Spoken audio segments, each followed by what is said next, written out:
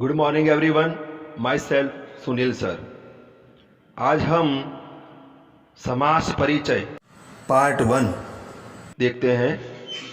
In Sanskrit there are mainly 4 kinds of compounds: avyayibhava, tatpurusha, bahuvrihi and dvandva. Of these we will now learn 3 of them. Before we begin learning about compounds, it is necessary to know what a compound is. In order to do that, remember this sentence: सम सनम समासः. दूसरी एक व्याख्या है सम plus आस, यानी जब दो पद साथ में बैठते हैं उसको भी समास बोलते हैं। दो पद का या 3 पदों का एक पद बन जाता है उसको समास बोलते हैं। सम सनम means in short that is when 2 or more words combine 2 from 1, that is a compound. Meghasya jalam, here there are 2 different nouns, but when a compound is formed they are joined to make one pada. Megha jalam. In the illustration, Megha and Jal are 2 separate nouns and they combine to become one word. Varunah cha Indrah cha Rudrah cha Marutah cha are more than 2 words. They are joined and it becomes a compound. In the same way, in Varunendra, Rudra, Maruta, there are many proper nouns which combine to become one noun. Thus, when 2 or more nouns combine to become one, it is called a compound. Looking at the above examples, we can see that first, in a compound, nouns combine with nouns. Second, 2 or more nouns can form a compound. Third, when nouns combine, the case endings of each disappear and only the last noun retains its case ending.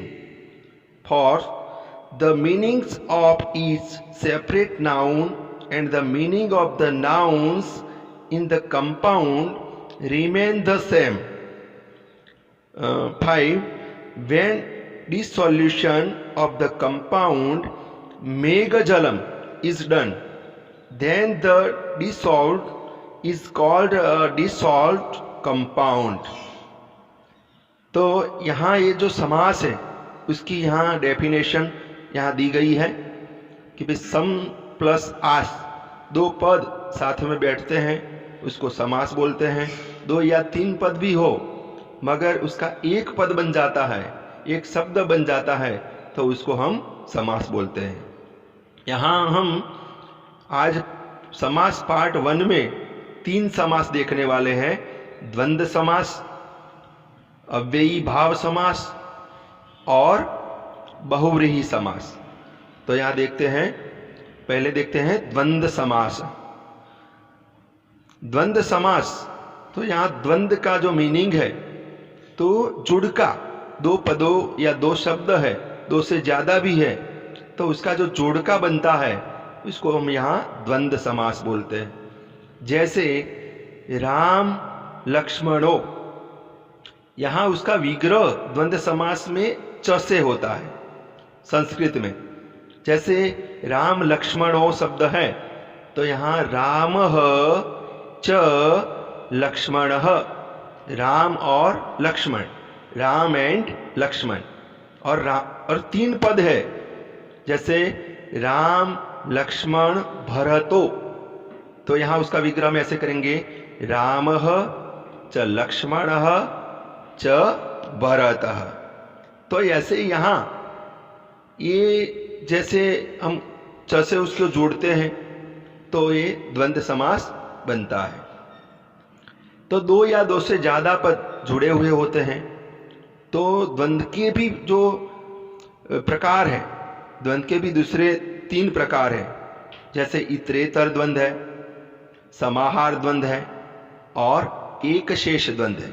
वो हम देखते हैं कि द्वंद्व के 3 प्रकार दूसरे कौन से। इतरेतर द्वंद्व में 2 या 2 से ज्यादा पद होते हैं और द्विवचन और बहुवचन में समास होता है। मैंने आपको बताया राम लक्ष्मणो, राम लक्ष्मण भरतो। यदि 4 पद हम लेते हैं तो ऐसे बोलेंगे रामः लक्ष्मणः भरतः च शत्रुघ्नः। राम लक्ष्मण भरत शत्रुघ्नो। तो ऐसे इसको हम बोलते हैं इतरेतर द्वंद्व समास। दूसरा एक इतरेतर ये समास हम देखते हैं। इतरेतर समास में कोई भी 2 पद, ऐसे नाम पद है, नाउन है, तो उसको हम जोड़ते हैं।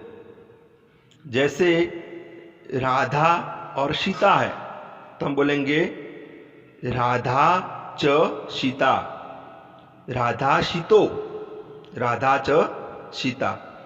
तो ऐसे इतरेतर समास, इतरेतर द्वंद्व समास यहां बनता है। दूसरा उसका शब्द जो है, उसका दूसरा प्रकार तो हम देखते हैं, जैसे एक शेष द्वंद्व। एक शेष द्वंद्व में क्या होता है, एक ही पद होता है और उसमें 2 पद संविष्ट होते हैं, 2 पद जुड़े हुए होते हैं। तो ऐसे जैसे दंपति, एग्जाम्पल देखो, दंपति, दंपति यानी क्या, कपल। पति च पत्नी, देखो 2 शब्द है उसमें, मगर हम सिर्फ उसको बोलते हैं दंपति। उसमें 2 शब्द है, पति ही च पत्नी। दूसरा एक ऐसा ही वर्ड है पितरो। पितरो में देखते हैं माता च पिता, माता और पिता, पितरो, पितरो शब्द हुआ। तो यहां 2 या 2 से ज्यादा पद हो और एक में जब संविष्ट हो जाते हैं, एक में जुड़ जाते हैं, तो उसको यहां द्वंद्व समास का एक प्रकार होता है, उसको हम बोलते हैं एक शेष द्वंद्व समास। द्वंद्व समास का तीसरा प्रकार है समाहार द्वंद्व। यहां आपकी टेक्स्ट बुक में द्वंद्व समास के 2 ही प्रकार दिए हैं, जैसे इतरेतर द्वंद्व और समाहार द्वंद्व, मगर एक शेष द्वंद्व है, वो भी उसका तीसरा प्रकार है। समाहार द्वंद्व देखते हैं। तो समाहार द्वंद्व है वो हमेशा द्विवचन और बहुवचन के साथ भी हो सकता है, मगर यहां हम देखते हैं कि एक वचन में यूज किया हुआ है। जैसे यहां पाणी पादम युकालिक्षा, पाणी पादम यानी हैंड एंड लेग्स, पाणी यानी हैंड, पादम यानी लेग। तो यहां पाणी पादम समाहार द्वंद्व हुआ है। हम देखते हैं समाहार जो द्वंद्व है वो हमेशा नपुंसकलिंग में ज्यादा उसका यूज होता है। युकालिक्षा, युकालिक्षा, युका च लिक्षा, तो ऐसे हम यूज करते हैं। और समाहार द्वंद्व हमेशा समूह में होता है, ये समास समूह में बनता है। तो द्वंद्व के इन 3 प्रकार हम देखते हैं कि भाई एक दूसरे को जोड़ता है, 2 पद या 2 से ज्यादा पद होते हैं, कभी कभी एक शेष में एक ही पद होता है, समाहार में समूह वाचक होता है, तो पूरे ग्रुप के साथ ये समास ऐसा बनता है। तो ये द्वंद्व समास आपको अच्छे से समझ में आ गया होगा। दूसरा समास हम देखते हैं अव्ययी भाव समास। जिस समास में पूर्व पद कोई अव्यय होता है, हमेशा समास में, कोई भी समास में 2 पद होते हैं, जैसे पूर्व पद और उत्तर पद। तो यहाँ जो अव्ययी भाव समास है उसमें पूर्व पद कोई अव्यय आता है पूर्व पद में, जैसे प्र, प्रति, अनु, यथा, स, नीर, अभि, उप। तो ऐसे जो प्रत्यय पहले आते हैं पूर्व पद में और जो समास बनता है उसको अव्ययी भाव समास कहते हैं। यहां एग्जाम्पल देखते हैं, गंगाया समीपम इति उपगंगम। यहां जो उपगंगम है तो उसमें उपगंगम शब्द में पहले फर्स्ट जो पूर्व पद है वो उप आया हुआ है, तो उपगंगम बना हुआ है। दूसरा एक एग्जाम्पल देखते हैं, प्रतिदिनम। प्रतिदिनम मीन्स एवरीडे, तो यहां प्रति प्लस दिनम आया हुआ है, तो प्रति है वो अव्यय है, तो अव्यय पूर्व पद में होता है, और जहां अव्यय की प्रधानता होती है उस समास को हम अव्ययी भाव समास बोलते हैं। यानी संस्कृत में उसकी डेफिनेशन पूर्व पद प्रधानो, पूर्व पद प्रधानो अव्ययी भाव। जिस समास में पूर्व पद की प्रधानता होती है उसको हम अव्ययी भाव समास कहते हैं।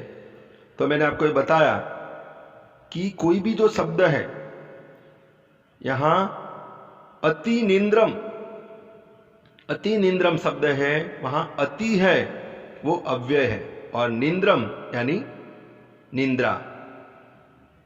तो ये ऐसे शब्दों में हम देखते हैं, जैसे एक दूसरा एग्जाम्पल है यथाशक्ति, तो यहां यथा है वो अव्यय है, और शक्ति यानी शक्ति, अपनी कैपेसिटी जो है, यथाशक्ति शक्ति के मुताबिक जो होता है वो, तो ये सब अव्ययी भाव समास है।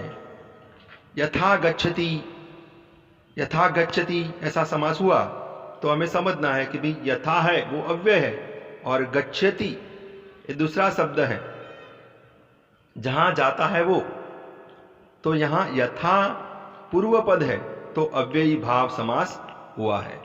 अव्ययी भाव समास में हमेशा अव्यय पूर्व पद होता है, यानी पूर्व पद में आता है, और अव्यय की प्रधानता होती है।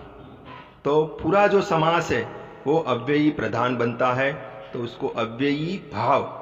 देखो यहां दो शब्द हैं, अव्ययी भाव में भी दो शब्द है, अव्ययी यानी अव्यय, अव्यय यानी क्या, प्रीपोजिशन, और भाव, भाव यानी प्रधानता। जो मैन होता है, अव्यय यहां मैन होता है या वो फर्स्ट होता है, तो उसको हम अव्ययी भाव समास बोलते हैं। तीसरा एक समास है कंपाउंड, बहुव्रीहि, वो हम देखते हैं। तो यहां बहुव्रीहि है तो उसकी जो डेफिनेशन है अन्य पद प्रधानो बहुव्रीहि। यहां क्या होता है, दो पद तो होते हैं, हर एक समास में कम से कम दो पद होते हैं, और ज्यादा भी हो सकते हैं। मैंने बोला ज्यादा से ज्यादा 3-4 पद भी हो सकते हैं, मगर बहुव्रीहि समास में जो उसके दो पद होते हैं उसकी प्रधानता होती नहीं है, और कोई अन्य पद यानी कोई तीसरे पद की प्रधानता होती है, उसको हम बहुव्रीहि समास बोलते हैं। अन्य पद प्रधानो बहुव्रीहि। पीतांबर शब्द है, पीतांबर यानी पीतांबर शब्द हुआ तो उसको हम विसर्ग से यानी इसको जुड़ा करते हैं, हम विग्रह करते हैं उसका। पीतम अंबरम यस्य सह, जिसने पीला वस्त्र पहने हैं वो, यानी कौन, गॉड कृष्णा। तो यहां गॉड कृष्णा का जो उल्लेख हुआ, गॉड कृष्ण यानी थर्ड पर्सन, अन्य पद प्रधान। यहां पीतांबर शब्द है, पीत यानी पीले रंग का, अंबर यानी वस्त्र, मगर यहां पीतांबर शब्द से भगवान कृष्ण यहां सूचित होते हैं, तो ये यहां बहुव्रीहि समास होता है। मैंने दूसरा एक एग्जांपल में बताता हूं आपको, वृकोदर।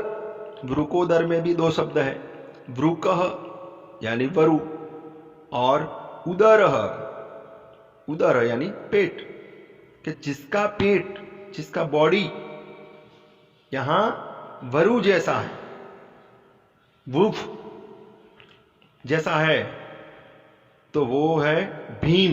यहां भीम का उल्लेख होता है, भीम को सूचित किया जाता है कि वरु जैसा जिसका पेट है वो कौन है, भीम।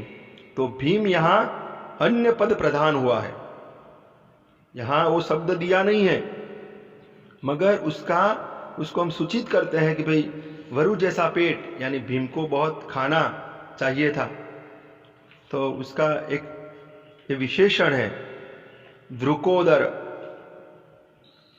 तो यहाँ बहुव्रीहि समास हुआ है। तो बहुव्रीहि समास से अन्य पद की प्रधानता होती है। तो ये समास की यही पहचान है कि अन्य पद जब प्रधान बनता है तो वो बहुव्रीहि समास बनता है। तो उसमें भी जैसे जितेंद्रिय, जितानि इंद्रियाणि एन सह, जितेंद्रिय बोलेंगे तो भगवान राम है वो जितेंद्रिय है। भगवान राम को हम जितेंद्रिय ले सकते हैं।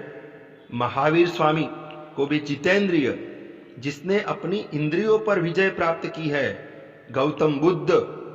तो ये थर्ड पर्सन जो होते हैं हमारे मन में, ऐसे नहीं कि जितेंद्रिय यानी कोई एक पर्सन को कहेंगे, जिसने भी अपनी इंद्रियों पर विजय प्राप्त किया है। ये दो शब्द है, जितेंद्रिय, जितानि इंद्रियाणि एन सह। तो यहाँ राम, बुद्ध, महावीर और दूसरे जिसने भी अपनी इंद्रियों पर विजय प्राप्त की है, जो संयमी है, अपना संयमित जीवन जीते हैं, ऐसे लोगों को हम यहाँ जितेंद्रिय बोलेंगे।